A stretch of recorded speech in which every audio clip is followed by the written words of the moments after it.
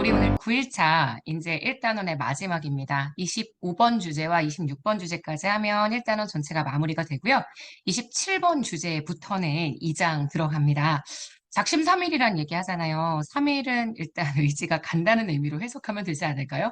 작심삼일 세 번째, 오늘 9일차까지 하시면 세 번째 작심삼일의 마지막입니다. 내일은 네, 다시 10일차니까 뭔가 새롭게 시작하는 기분이 있을 수 있겠죠. 1장 마무리하는 그런 느낌이 좀 있을 것 같은데요. 여러분 1장이 이번 국가직에서 문제가 많이 출제가 되진 않았지만 그래도 워낙 중요한 파트니까 마무리 잘하고요. 그다음 새로운 2장도 잘 시작을 해봤으면 좋겠습니다. 아침마다 여러분들이 올려주시는 댓글, 네, 좋아요, 정말 저에게 굉장히 큰 힘이 되고 있고요. 연구소에서도 굉장히 신나게 영상 편집하고 업로드하고 있으니까 아침마다 우리 같이 힘내서 열심히 지방직 때까지 한번 완주해보도록 합시다. 오케이? 자, 주제 25번 들어갑니다. 신공공 서비스 이론인데요. 이번에 제가 골라본 문제는 2021년 국회직 8급 문제입니다.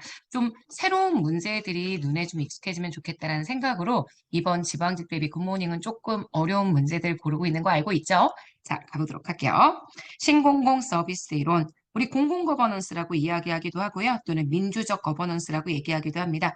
국민들과 협치하는데 이 협치를 정부 주도로 하는 게 아니라 국민을 위해 정부가 봉사하는 느낌으로 필요하다라고 생각하면 노도 젓고 그다음 방향도 잡고 국민을 위한 봉사라고 생각하고 이루어지는 서비스들 바로 신공공 서비스 이론이죠. 그래서 문제가 옳지 않은 거 고르래요. 이런 거 제발 실수하지 마. 오케이? 진짜 발문을 잘 읽는 건 문제를 볼 때 꼭 연습하셔야 하는 부분 중에 하나입니다. 자, 공무원이 반응해야 하는 대상은 고객, 유권자 집단, 공무원이 반응해야 하는 대상이 고객 집단 혹은 유권자 집단, 자, 이렇게 표현하진 않죠. 왜냐하면 고객은 정말 내 상품을 사주는 사람이고요. 유권자는 나에게 표를 주는 사람입니다. 그런 거 말고요. 국민들 전체. 제가 우스갯소리로 그런 얘기 했어요. 꼬맹이는 고객도 아니고 유권자도 아닙니다. 지금 당장은 우리 어린 애들도 공무원이 반응해야 하는 대상이죠. 고객과 유권자 집단이라고 한정 짓는다는 건 우리가 공무원의 반응 대상을 뭔가 자기에게 필요한 표를 주거나 자기의 서비스를 수요하는 누군가 일부 대층만을 설명한다는 의미로 보셔야 되기 때문에 기억은 틀렸습니다. 국민 전체라고 봐주셔야 합니다. 그래서 책임성을 확보하는 방법이 다원적이라고 표현을 했죠.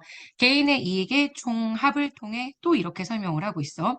이런 것들의 함정이 있는 거야. 책임성을 확보하는 방법은요. 다원적입니다. 다원적 책임이고요. 이때 신공공 서비스 이론이 설명하는 공익은요.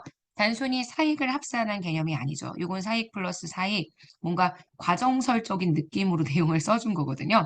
공익은 담론의 결과, 구성원들 모두의 의사를 합해서 모아주는 건데 단순한 합산이 아니라 서로 굉장히 오랫동안 이야기하고 정말 토론하고 논의하고 이래서 우리가 얘기하는 집단 지성을 달성하는 것들. 이게 바로 신공공 서비스론이 설명하는 공익이기 때문에 공익을 항상 담론의 결과라고 이야기를 해주게 됩니다.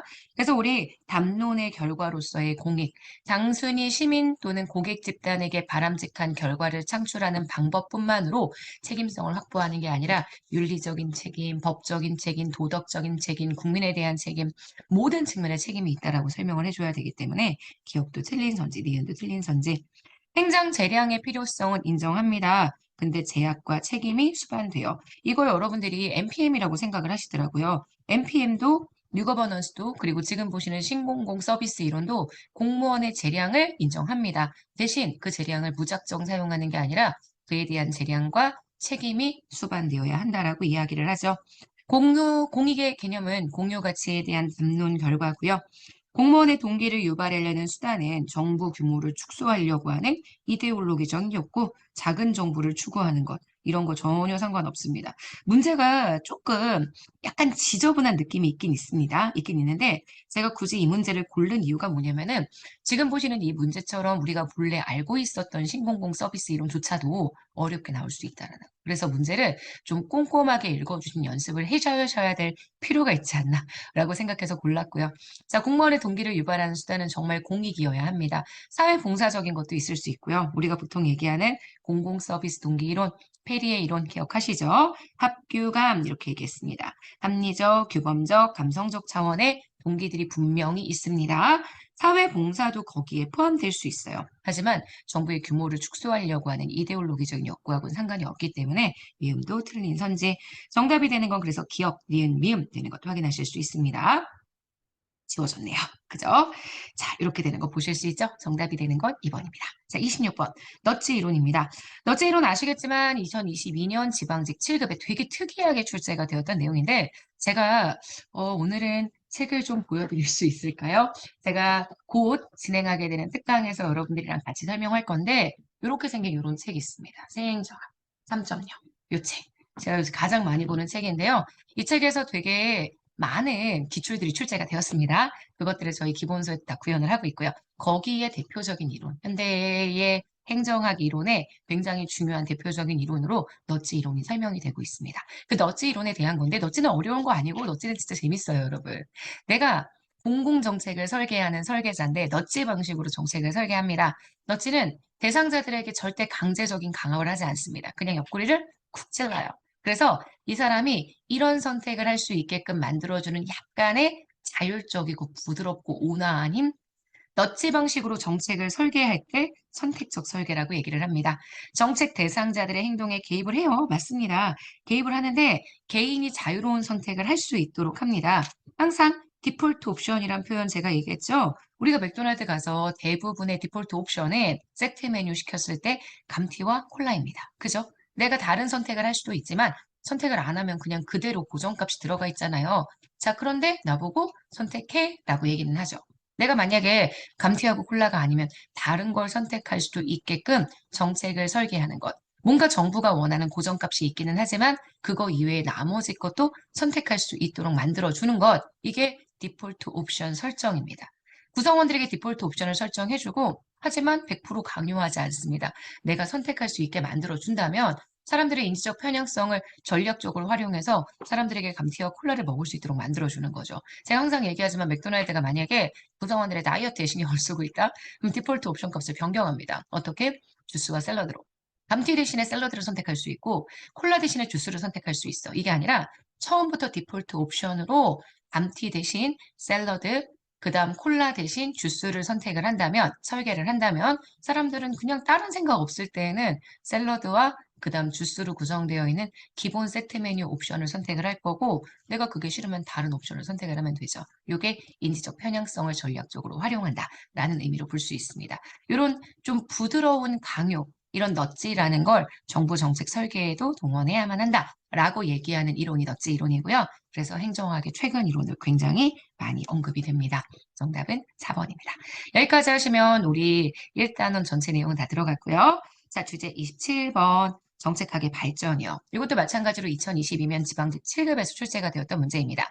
드로우라는 학자 아시겠지만 드로우가 최종 모형을 주장했던 학자죠. 그래서 드로우의 모형에서 설명하는 것. 정책의 결정, 방법, 지식, 체제, 관심을 두어야 하고 정책 결정 체제에 대한 이해, 정책 결정 개선에 대한 강조. 그래서 이 사람은 정말 우리가 이야기하는 직관적 판단도 정책을 결정할 때 너무너무 중요하다. 이렇게 설명했었던 학자입니다. 그래서 1번이 맞는 선지예요. 되게 생소하죠. 생소한데 이 생소한 내용을 한번 읽어보시면 문제에서 충분히 구현이 되거든요. 정책 의제 설정은 정책 의제의 해결 방안 탐색을 강조하죠. 하지만 문제가 의제로 설정되지 않는 비결정, 사회 문제가 의제 채택이 되어야 되는데 의제 채택이 안 돼. 이걸 비결정 상황이라고 이야기를 해. 이 비결정에 대해서 관심을 가졌던 게 바로 아우라우 바라추 무의사결정 이런 거잖아. 그치? 분명히 관심을 갖습니다. 자, 그래서 지금 보시는 2번 X가 되고요. 네, 1 되고요. 3번 라스웰은 정책 과정에 관한 지식 그리고 정책 과정에 필요한 지식 두 가지에 대한 이야기를 하면서 정책 과정에 관한 지식 이게 우리가 이야기하는 실증적 연구 행태주의적 관점 정책 과정에 필요한 지식 요게 우리가 이야기하는 신행정학이 주장하는 가치 지향적인 연구 두 가지 모두가 다 필요하다라고 생각을 했습니다. 지금까지 너무 행태주의를 중심으로 한 실증주의 연구가 중심이 되었으니 이제는 신행정학의 연구가 필요하다, 가치지향적인 연구가 필요하다 이렇게 얘기를 했고요. 그래서 둘 다 중요하다 이렇게 얘기를 했고요. 사회적 가치를 반드시 분석 대상에 포함시켜야 한다라고 강조했습니다. 그래서 3번 X. 4번입니다.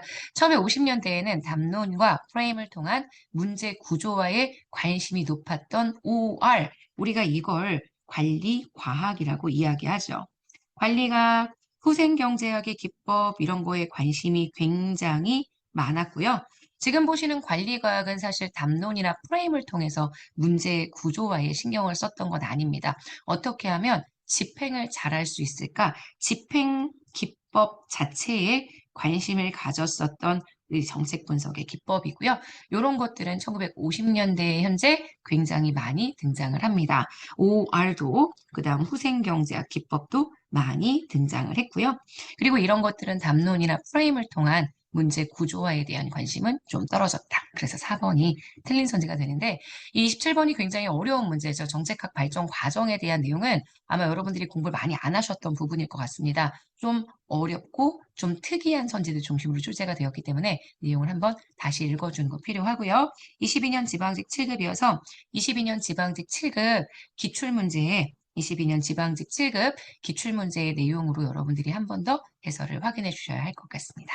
자, 순간 영상이 끊겼습니다. 당황하셨죠? 저 너무 당황했습니다. 영상을 막 한참 찍고 있는데요. 반응이 없어서 저희 와이파이가 갑자기 중지가 되어서 네, 영상 그래서 뒤에 조금 더 붙입니다. 여러분에게 마무리 클로징 멘트를 안 했더라고요. 오늘 다 풀었는데 여러분 오늘 하루도 정말 여러분 거고요. 힘내서 우리 진짜 열심히 공부합시다. 자, 우리 오늘 9일차 잘 마무리하고요. 내일 10일차 영상에서도 만날게요. 안녕.